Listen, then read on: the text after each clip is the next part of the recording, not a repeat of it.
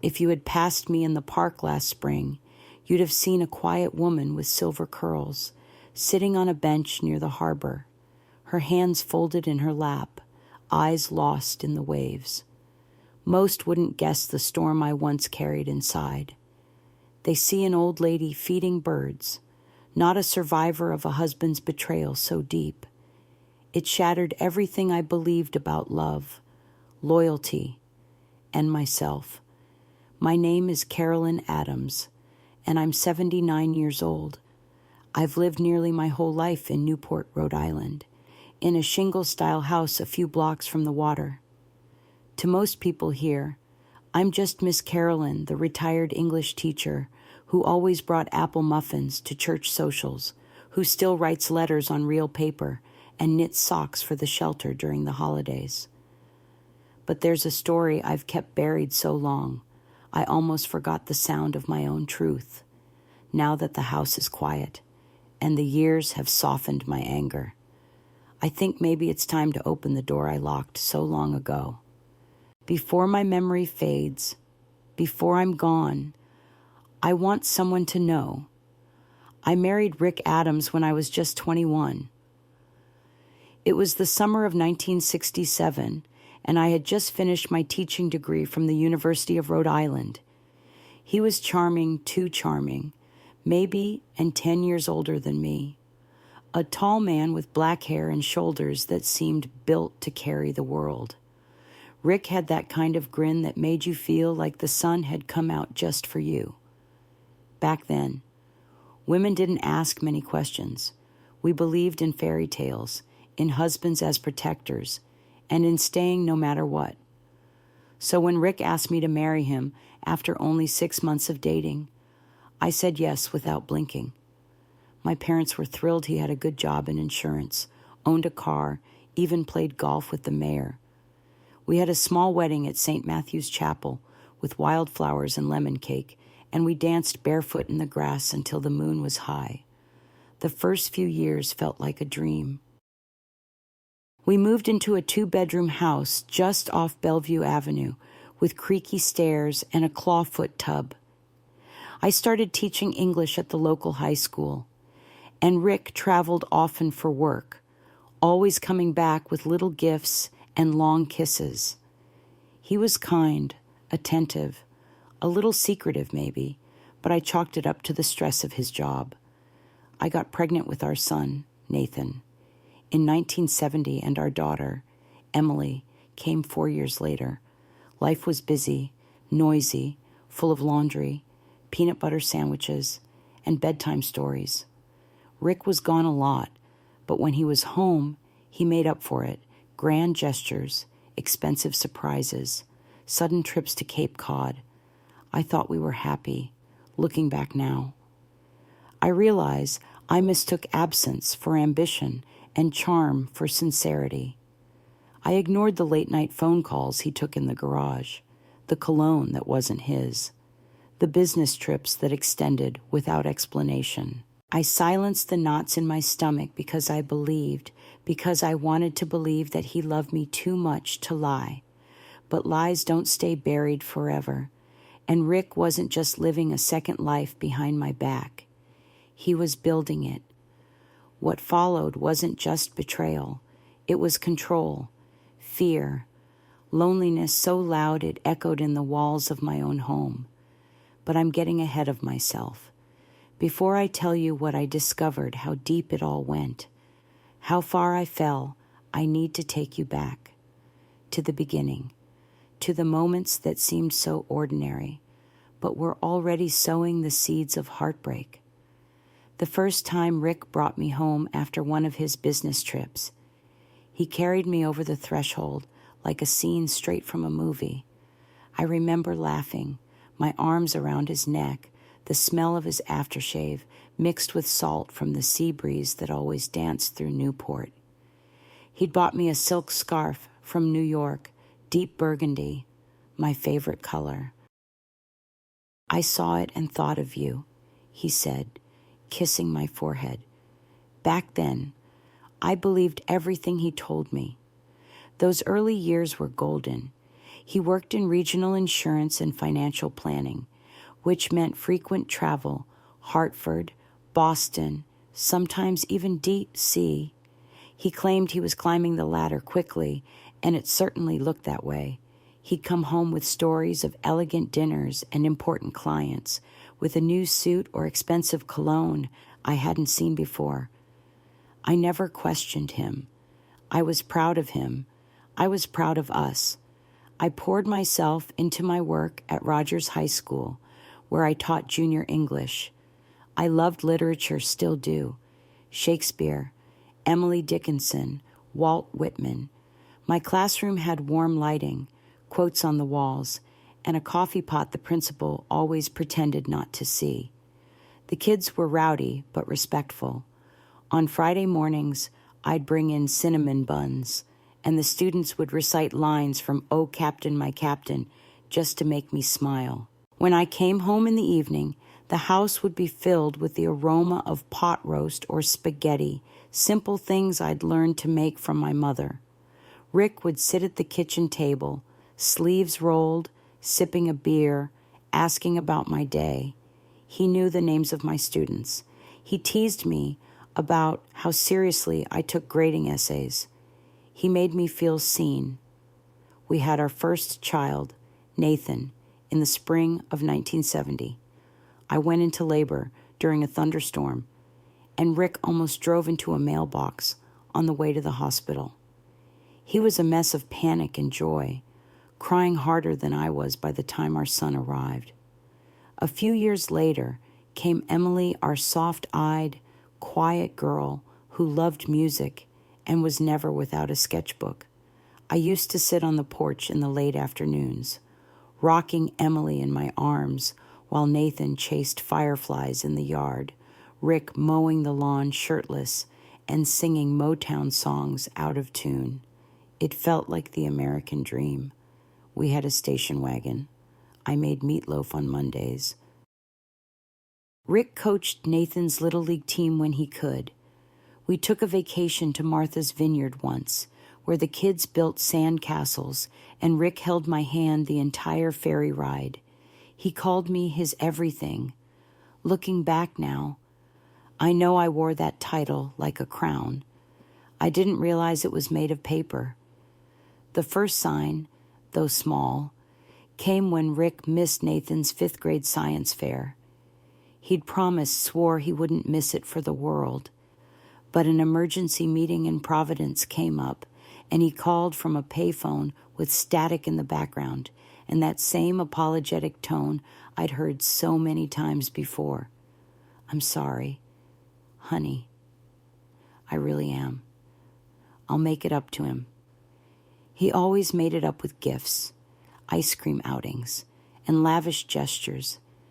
But slowly, something began to change. Not overnight, but gradually, like a fog rolling in that no one notices until it swallows the shore.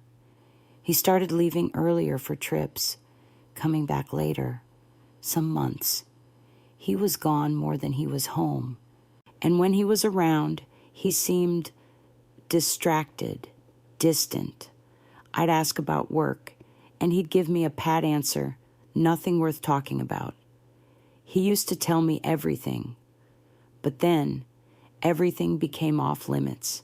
He was still affectionate, still kissed me on the cheek in the mornings, still complimented my cooking, but there was a coldness in his eyes he couldn't hide. I remember once, I found a small slip of paper in his pocket while doing laundry. It had a woman's name on it, Melissa Chambers, and a phone number with a New York City area code. When I asked him about it, he laughed. Probably some client's secretary. "Don't be silly. Carolyn." And I wasn't supposed to ask again. So I didn't. Because that's what women of my generation were taught to be polite, to be agreeable, to support their husbands no matter what, even when that quiet voice inside says something isn't right. I confided in Maggie Holloway, my closest friend since childhood.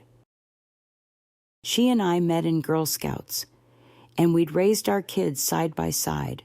One afternoon, while we were sipping tea in my kitchen, she watched me fold Rick's shirts and said gently, "Carrie, you ever wonder what Rick's really doing when he's away?"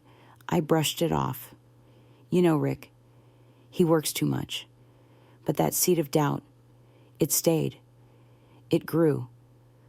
At the time, though, I convinced myself the problem was mine, that I was just tired, or insecure, or ungrateful. Because from the outside, we looked perfect. We were the couple people pointed to at church and said, "Now that's love." But sometimes the prettiest homes hide the deepest cracks, and mine was beginning to fracture. The summer Nathan left for college was when I first admitted it out loud to myself. At least, something was deeply wrong. I remember standing at the kitchen sink, the morning sun pouring through the window, illuminating the dust on the windowsill I hadn't cleaned in weeks. Rick had been gone for nearly 10 days, supposedly on a training retreat in Albany.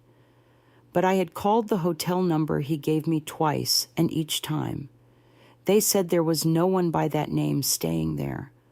When I confronted him the night he returned, suitcase in hand and lips on my cheek, he didn't miss a beat. "Oh, I switched hotels last minute. The other place had plumbing issues. I forgot to call you. Things were chaotic."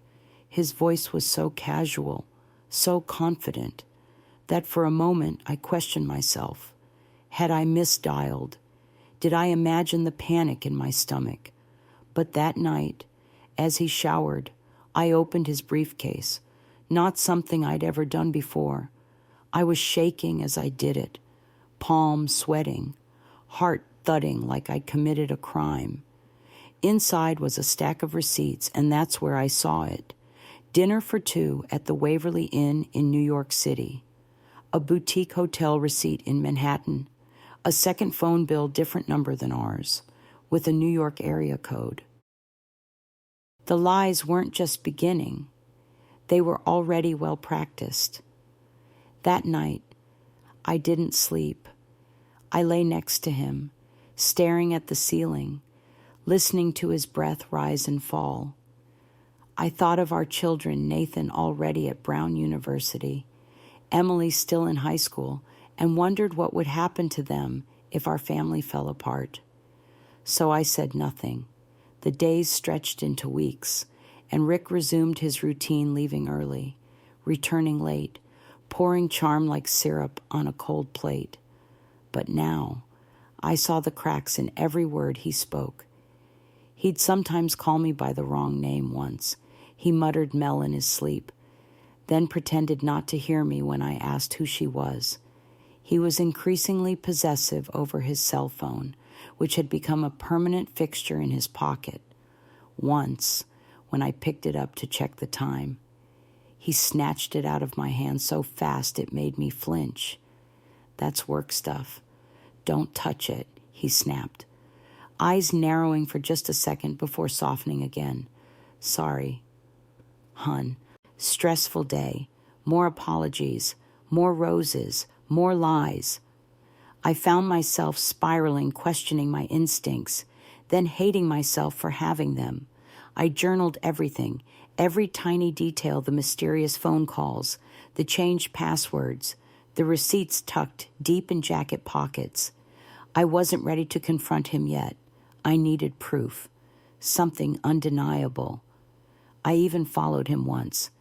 I never thought I'd become the kind of woman who tails her husband's car through the streets of Newport, heart pounding so hard it made me nauseous.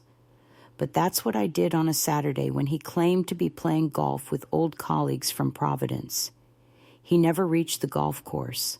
He drove past it, continued down I-95 south, and took the exit for New Haven.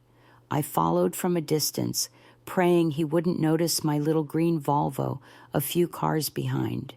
Eventually, he parked in front of a townhouse. I sat across the street, engine off, breath shallow. A woman opened the door. Mid-30s, long auburn hair, wearing a sundress, She kissed him on the lips. He carried a bag inside like he'd done it 100 times before. And the woman, she looked just enough like me when I was younger to make my stomach turn. I don't remember how long I sat there. Maybe an hour, maybe 2. When I finally drove home, I screamed the whole way. Not words, just the kind of sound that rises from somewhere ancient inside you when the life you built is ripped apart in one silent moment. I didn't tell anyone. Not yet. Not Maggie. Not the kids. Instead, I pretended. Rick came home late that night smelling of hotel soap and white wine, and I asked him how the game went.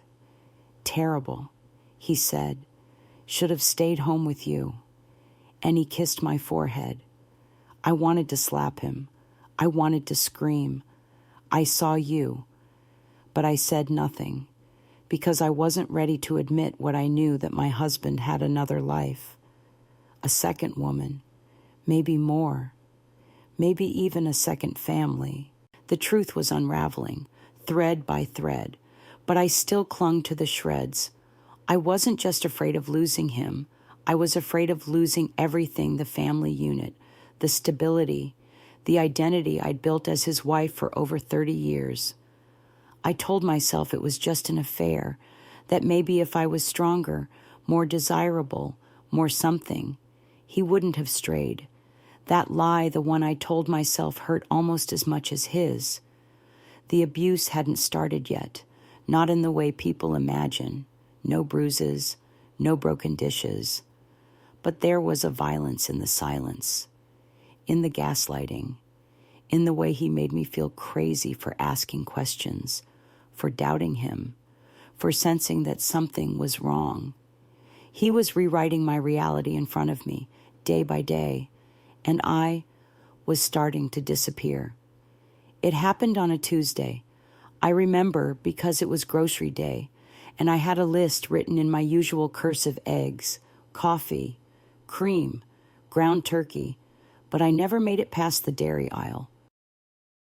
As I walked into the market near Spring Street, I spotted him, Rick, or rather, Rick with her. He didn't see me. He was laughing, holding a little girl's hand, maybe 4 or 5 years old, and next to him was the woman from the townhouse, the one he kissed. They looked like a family from the front of a Hallmark card. The woman was radiant in a navy sweater and jeans, her arm casually looped through Rick's. His child, had his eyes, that unmistakable greenish blue with flecks of amber that Nathan inherited too. I stood frozen behind a cereal display, unable to move, unable to breathe. I watched as he picked out a box of granola, asked the child if she liked raisins. She giggled. He kissed her forehead. It wasn't just an affair. It was a life, a whole life that existed parallel to mine, with birthday parties, bedtime stories, school fundraisers. Everything I had thought belonged only to me and our children. When I finally stumbled out of the store, I sat in my car for what felt like hours. My list had fluttered out of my hand and onto the floor, and I cried. Not delicate tears, but the kind that leave you gasping, gripping the steering wheel like it's the only thing keeping you from flying apart. That night, I didn't wait for him to come home. I called Maggie. She came over in her nightgown and robe, hair still in curlers, and when she saw my face, she didn't ask questions. She just sat beside me on the couch, held my hand, and waited. When I told her what I saw, her lips pressed into a thin line, eyes glistening. "You're not crazy," she whispered. "You've never been crazy." The validation made me sob all over again. I told Maggie everything about the receipts, the lies, the townhouse, the hotel bills, and now this, a second family, right under my nose, growing and thriving while I held our own family together like a one-woman show. She didn't say leave him. Not yet. She knew I wasn't ready to hear it, but she said something that stuck with me. You deserve truth. You deserve safety. You deserve peace. It wasn't a demand. It was a reminder. The next morning, I sat across from Rick at breakfast. He had poured himself coffee and was scrolling through the paper, completely unaware that the woman across the table knew everything. How was work, I asked, testing him. He didn't even look up. Long day, exhausted. I studied him, the way he buttered his toast, the slight smirk at the corner of his lips. He was calm, comfortable, like he'd done this 100 times. How old is she? I asked suddenly. He paused, toast halfway to his mouth. What? The little girl, the one you took to the grocery store yesterday. Silence. His eyes slowly rose to meet mine, and for the first time in years, I saw something raw in his face. Fear. Carolyn. I slammed my hand on the table, the sound cracking through the quiet like thunder. Don't lie to me again. Not now. He sat back in his chair, closed his eyes. Her name is Sarah, he said after a long pause. She's 5. My hands trembled. How long? Rick rubbed his face with both hands, like he could scrub the truth off it. Melissa and we met about 10 years ago. I didn't plan for this. It just happened. 10 years. 10 years. He had lived 2 lives. While I packed his suitcase, kissed his cheek goodbye, made sure his shirts were pressed. He was building a family with another woman. Do they know? I asked. Does Melissa know about me? He hesitated. She knows I'm married, but I told her you and I were separated, living separate lives. I almost laughed. The absurdity of it. You told her we were separated. In what world? We go to church together. We visit Nathan at school. We hosted Thanksgiving last month. Rick, I know, he muttered. I didn't know how to fix it. That's because you weren't trying to fix it. I spat. You were trying to have it all. The conversation unraveled quickly after that. I screamed. He yelled back. I called him a liar, a coward, a fraud. He told me I'd grown cold, boring, predictable, that I didn't make him feel alive anymore. That was when the emotional abuse turned into something darker. He began locking his phone, disappearing for days without explanation, coming home drunk and angry. If I so much as asked where he'd been, he'd explode, throwing insults like daggers, calling me pathetic, paranoid, bitter. He blamed me for everything, said I had pushed him away, that I didn't take care of myself anymore, that if I had been more adventurous, more spontaneous, more something, he wouldn't have looked elsewhere. He never laid a hand on me in those early days, but the damage was still there. He was erasing my identity piece by piece. I stopped going to church.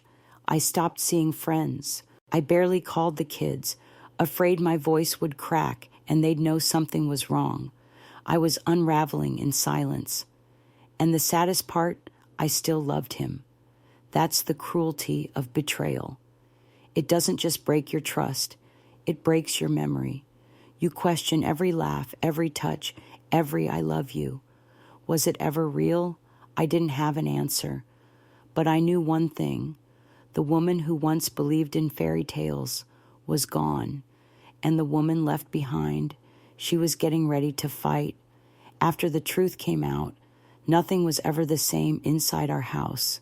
Rick didn't apologize again. Not really. Not sincerely. He didn't beg for forgiveness or try to make things right. Instead, he became someone else, someone I barely recognized. He stopped pretending. At first, it was just the silence. Entire dinners passed without a single word. I'd set the table, cook a full meal, light the same vanilla candle I used to burn when the kids were home, and he'd sit across from me like I wasn't even there, eyes blank, fork scraping his plate. Then he'd get up without a thank you and disappear into his office or out the front door for a drive. Then came the insults. You're not fun anymore. Carolyn, you let yourself go a long time ago. Melissa doesn't nag. She listens. Each word was like a cut to the skin. Small, precise, deliberate. I started keeping count of how often he said something cruel. By the end of the first month, I had a notebook filled with slights, accusations, cold dismissals. One night, I wore the same blue dress I had on the night of our 25th anniversary, hoping, foolishly, that he might see me, really see me again. He glanced up from his bourbon and muttered, "That's a bold choice for someone your age." I locked myself in the bathroom and cried until my reflection blurred in the mirror. He was always careful. Rick was careful not to scream where neighbors might hear, careful never to leave a bruise. But that didn't make the abuse any less real. He gaslighted me, constantly twisting conversations to make me feel like I was losing my mind. If I brought up his affair, he'd scoff. "You're still on about that. You've always been jealous, even when there was nothing to be jealous of. You think I don't know the difference between being lied to and being ignored." I'd snap back, and he'd grin. "That's your problem. You think everything's about you." Some days, I barely got out of bed. I'd lie awake for hours staring at the ceiling, unable to move, my heart a heavy stone in my chest. I stopped cooking. I stopped reading. I even stopped writing in my journal. It felt useless, like screaming into the wind. Emily came home from college that spring and noticed the change in me right away. "Mom, are you okay? You've lost weight," she said, wrapping her arms around me in the kitchen. I faked a smile, just cutting out sugar, but she didn't buy it. She lingered, cleaned the house without being asked, watched her father like a hawk. I think she knew something wasn't right, but I wasn't ready to tell her the truth. Not yet. I didn't want to destroy her image of him. I didn't want her to carry my hurt. Besides, I still clung to the hope that maybe somehow he'd come to his senses, that he'd walk through the door one night, fall to his knees, and say, "Carolyn, I'm sorry. I made a mistake. Let's fix this." But the man I married had vanished, and what remained was cold, calculating, cruel. One night, he didn't come home. The next morning, I found a note on the counter. "Stayed with a friend. Don't wait up next time." No name, no apology, just indifference, scribbled in ink. I stood there in my robe, holding that slip of paper, and something inside me cracked open. I thought about all the years I'd folded his socks, packed his lunches, ironed his shirts. I thought about the nights I rocked our babies to sleep while he was off with someone else. I thought about the version of me that once laughed freely, sang in the kitchen, believed in love, and I thought she deserves better. I made an appointment with a therapist the next day. It wasn't easy. I was 72. And it felt almost shameful to walk into that cozy little office downtown and admit I needed help, that my husband of 50 years had emotionally gutted me, and I didn't know how to piece myself back together. But the therapist, Dr. Yates, was kind, gentle. She listened without judgment, and for the first time in years, I spoke my truth out loud, from beginning to end. "How long have you been living like this, Carolyn?" she asked softly. "Too long," I whispered. Each week, I returned, and with every session, I felt a little lighter, a little stronger. "Doctor." Yates taught me how to name the abuse, how to recognize the patterns, how to reclaim my voice. You're not crazy, she said. You've been manipulated, controlled, silenced, but you're still here, still here. That thought alone made me cry harder than any insult Rick had ever hurled, because even after everything, after the betrayal, the years of pretending, the pain, I was still here. I began making small changes. I reconnected with Maggie. I started walking by the harbor again, letting the sea air fill my lungs and wash away the numbness. I made banana bread for the shelter, dusted off my old copy of Pride and Prejudice, and read it aloud to myself in the evenings, just to hear something beautiful. Rick noticed the shift. He didn't like it. He called me selfish, said I was becoming distant. I thought you wanted to fix things. He snarled one night, but you're just making it worse. No, I said calmly. You made it worse. I'm just done pretending. He stared at me for a long time. Then he laughed. You're nothing without me. Carolyn, you never were. But that was the night I realized he was wrong. I had been everything: mother, wife, provider, teacher, nurturer. I had kept our world turning while he built another behind my back. And now, I was building something for myself, not a new life, but a true one. I never imagined I'd leave him. For over 5 decades, I wore the title Mrs. Rick Adams like it was sewn into my skin. I cooked his meals, raised our children, celebrated his promotions. I smiled when I wanted to cry. I defended him when my friends raised questions. I even turned my own doubts into guilt. But there's a limit to how many pieces a woman can shatter into before she realizes she's disappearing. For me, that moment came on a rainy afternoon in March. Rick had come home 2 nights before, drunker than I'd ever seen him. He reeked of scotch and some perfume that definitely wasn't mine.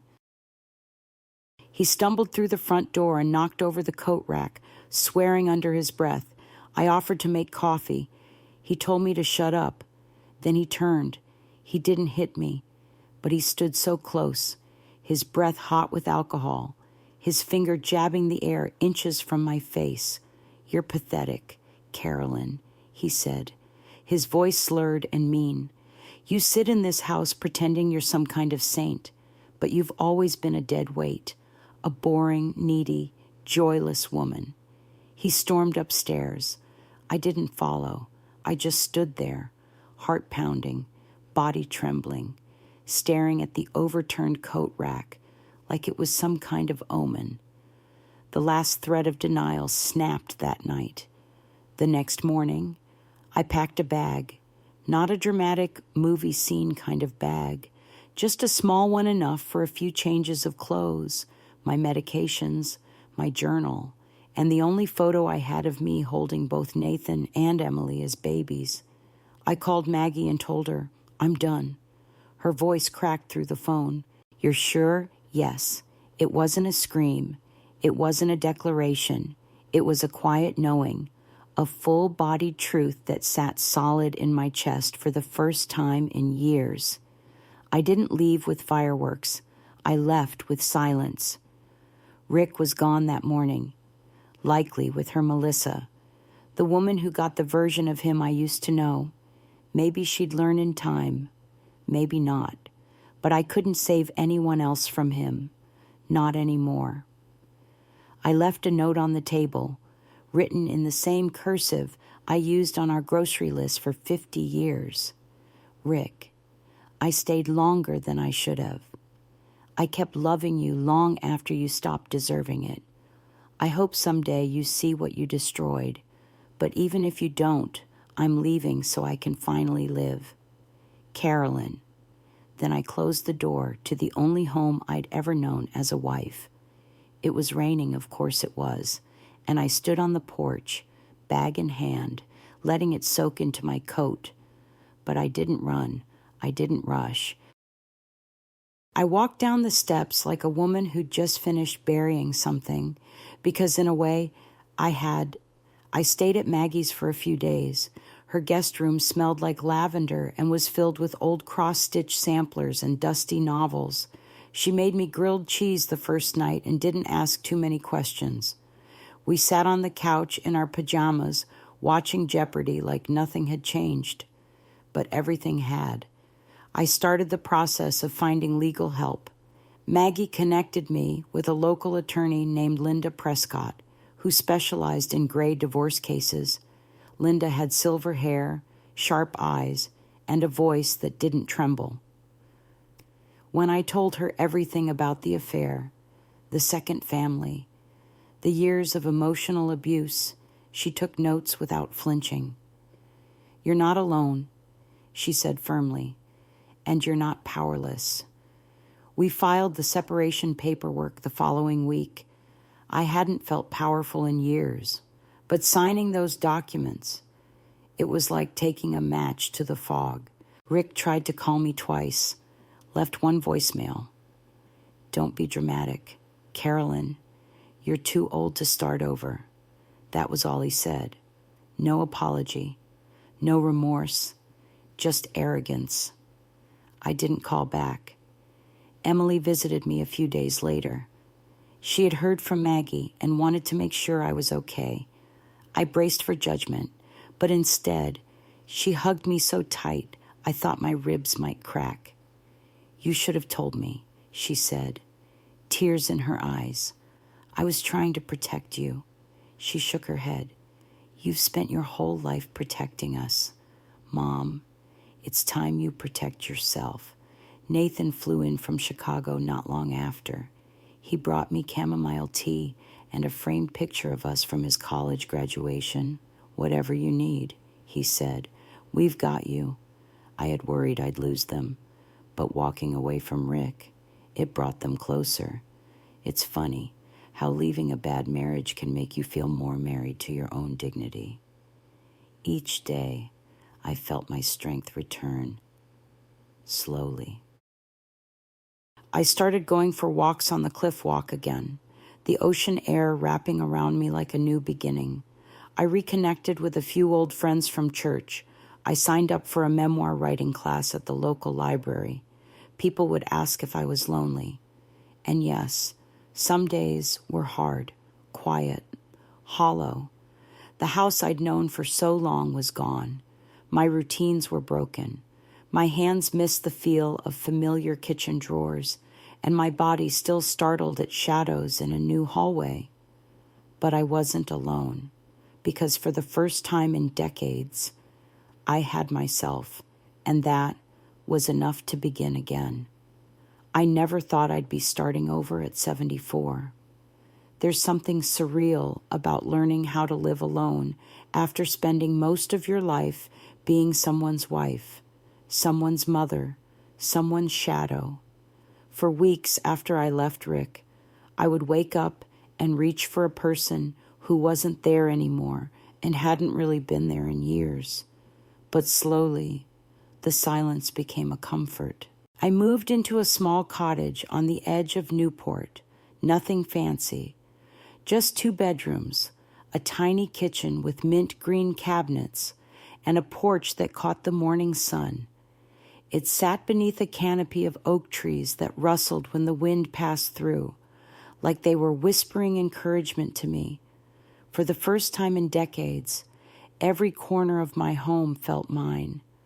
I hung my own pictures, filled the bookshelves with novels I'd always meant to read, and placed fresh daisies in a glass jar on the table each Sunday. I didn't have to explain myself to anyone. I could eat cereal for dinner, leave dishes in the sink, or listen to opera as loud as I wanted. Freedom didn't arrive in fireworks. It came gently, like a blanket laid over shoulders grown cold. Maggie came by often. She helped me pick out curtains and brought rhubarb pie from the market. We'd sit on the porch and talk about everything from our arthritis to the latest town gossip. Sometimes we didn't talk at all. Just sat in quiet companionship, grateful for the kind of friendship that doesn't demand performance. One afternoon, she handed me a flyer she picked up from the library. Writers, over 60, memoir class, starting soon. I thought of you, she said, eyes bright. At first, I laughed it off. Maggie, I haven't written anything since college. You've written a life, Carolyn, and some of us would like to hear it. So I went. It was a small group, 6 of us, all women, all survivors in our own way. There was Helen, who lost her husband to cancer, Doris, who raised 6 children alone, and Francine, who once lived on the streets before becoming a poet.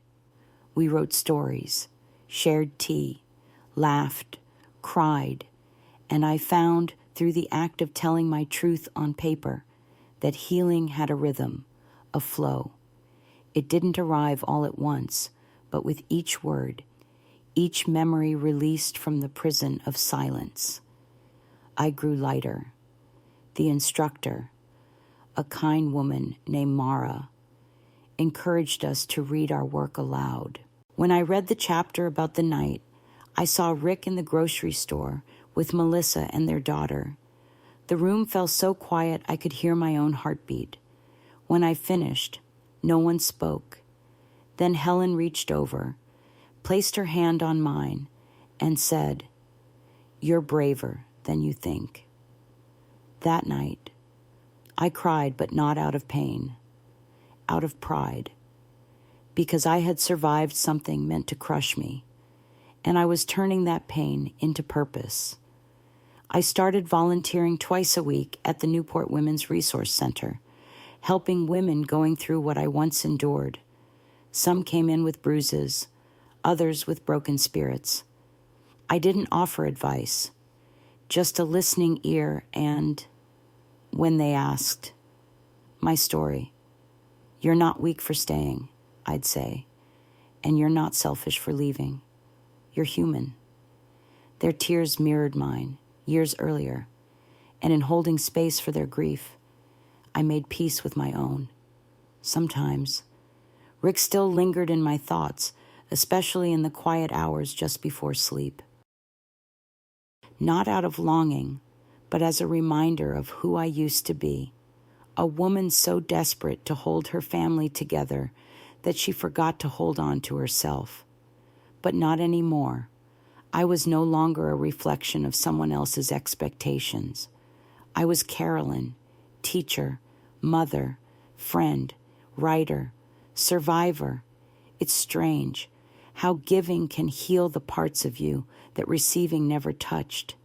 After decades of pouring myself into a marriage that only hollowed me out, I didn't think I had much left to offer. But the more time I spent volunteering at the Newport Women's Resource Center, the more I realized my pain had become a map. It didn't lead others into darkness, it led them out. Every Tuesday and Thursday, I sat in the corner room with women half my age and some older, each one carrying her own story of betrayal, control, or loss. We didn't sit in circles holding hands or sharing platitudes. Most days, we just talked about the little things, how hard it is to sleep with one ear open, or how exhausting it feels to pretend everything's fine when your life is crumbling. They called me Miss Carolyn not out of politeness, but warmth. A few said I reminded them of their mothers or grandmothers, which sometimes brought tears to my eyes. I'd bring muffins or tea bags in a tin, small comforts from a time when life felt gentler. But the most valuable thing I brought was honesty. One morning, a woman named Tanya, barely 30, with 2 kids and eyes rimmed red, sat across from me after her 3rd court appearance. Her voice trembled. He told the judge I was crazy, that I imagined everything. I feel like no one believes me. I reached into my purse and handed her a small notebook, the same kind I once used to write down Rick's lies. "This is yours now," I said. Every time he tries to make you doubt yourself, write it down. The world might not always believe you, but you must. She stared at me like I'd handed her armor. Maybe, in a way, I had that notebook. That was how I started reclaiming my own truth years ago. Word by word, fact by fact.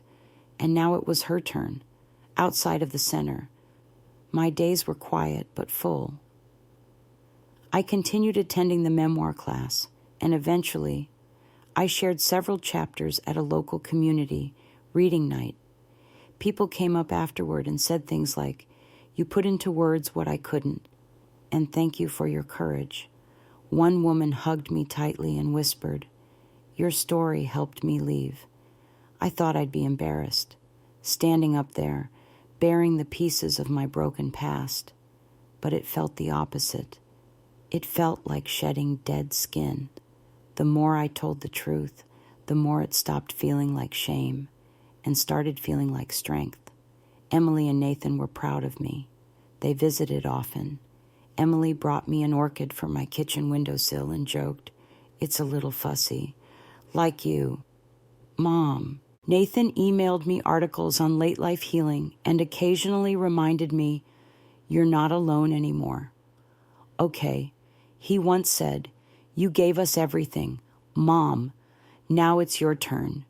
Hearing that undid me, because for years I feared that by leaving Rick, I had destroyed their image of family, but in truth, I had shown them what integrity looked like, that sometimes love means letting go, and that survival isn't weakness, it's wisdom. One late summer afternoon, I sat on my porch in the fading light, a shawl over my shoulders and a mug of peppermint tea in hand. The oak trees rustled above, and children's laughter drifted in from the sidewalk. Life was quiet, but not empty, not anymore. For the first time in as long as I could remember, I felt safe. Safe in my home, safe in my mind, safe in my body. I no longer jumped at slammed doors or unexpected footsteps. I no longer measured my worth by someone else's approval. I no longer carried the weight of a man who chose deception over devotion. Instead, I carried peace. And let me tell you, after a lifetime of chaos, peace is the greatest love you'll ever know. One morning, while sorting through an old box of photos in the attic of my little cottage, I found a picture of myself from 1967, the year I married Rick.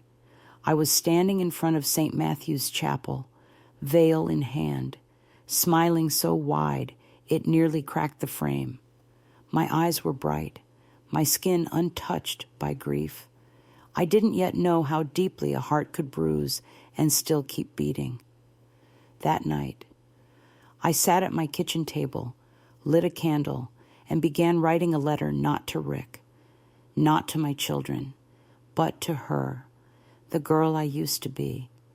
Dear Carolyn, you are about to step into a life you think will fulfill every dream, and for a while, it will. There will be laughter, children, summer trips to Cape Cod. You will learn how to fold hospital corners, bake apple pies from scratch, and hold sick babies through the night without complaint. But, my darling girl, you will also learn what it means to be invisible, to be lied to be blamed for things that were never your fault. You will question your worth. You will lose your voice. There will be nights when you cry into your pillow so quietly the moon can barely hear. And still, you will stay because that's what you were taught, because you believe love means endurance. But one day, you will leave. You'll walk out with nothing but your dignity, a duffel bag, and a heart full of cracks. And from those cracks, light will pour in. You will find friends who sit with you in silence. You'll meet women whose stories echo your own. You'll write, and your words will reach people you'll never meet, but who'll feel less alone because of you. And most importantly, you will come home to yourself. So hold on, sweet girl. The road will be long, but your strength runs deeper than you know. Love always. Carolyn, from the other side of the storm. When I finished reading it aloud, I cried not the kind of tears that come from pain, but from release. I had spent so many years mourning the woman I used to be, but now I saw her not as foolish or weak, but brave. She loved with her whole heart. She tried. She held her family together, even as it tore at her seams. And when it was time, she chose herself. That letter didn't change the past, but it changed how I carried it, not as a wound, but as a reminder that I walked through fire and came out whole. Now I sit on my porch in Newport, a soft shawl across my shoulders, my hands curled around a cup of warm tea. The ocean hums in the distance, steady and sure, just like my heart. 79 years old. That still surprises me sometimes. I made it, not just through the years, but through the storm. There were days when I thought I wouldn't, when the weight of betrayal, shame, and silence nearly crushed me, when I believed the lies he fed me, that I was nothing, that I was too old, that I was too weak to live on my own. But the truth is, I was never weak. I was tired. I was worn down. But I was never broken beyond repair, and neither are you. If you're reading this, if you've lived through something that stole your voice, your hope, or your sense of self, please hear me now. It is never too late to start over. Not at 30, not at 50, not at 74.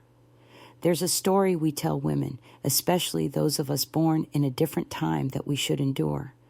Forgive, stay quiet, smile through the pain, that our value lies in how much we give, not in how much we honor our truth.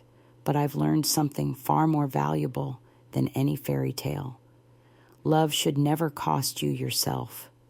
The moment I chose peace over pretense, truth over illusion, I began to heal, not quickly, not perfectly, but deeply. I found community in women who had walked similar paths. I found purpose in helping others reclaim their worth. And I found joy not in someone else's arms, but in the quiet pride of choosing myself. Now, I don't fear the mirror. I don't dread the silence. I don't wait for someone to come home and make me feel loved. I am home, and I am loved by my children, my friends, and most importantly, by me. So if you're sitting in your kitchen right now, questioning whether you're too far gone, too old, too damaged to begin again, let me tell you, from one heart to another, you are not. You still have time. You still have choice. You still have you. And you are enough. I hope my story reaches someone who needs it. Maybe it's a daughter hiding her pain behind polite smiles. Maybe it's a grandmother afraid to speak the truth she's buried for years. Maybe it's you. Whoever you are, wherever you are, I believe in your strength. You don't have to wait another day. If this story touched something inside you, I hope you'll take a moment to leave a comment and share your thoughts. Your voice matters, and you never know who might find comfort in your words. And if you'd like to hear more stories like this about resilience, truth, and the quiet power of starting over, please subscribe to the channel. Together, we can build a space where no one walks through pain alone. Thank you for listening. Thank you for staying. And thank you for surviving. Carolyn,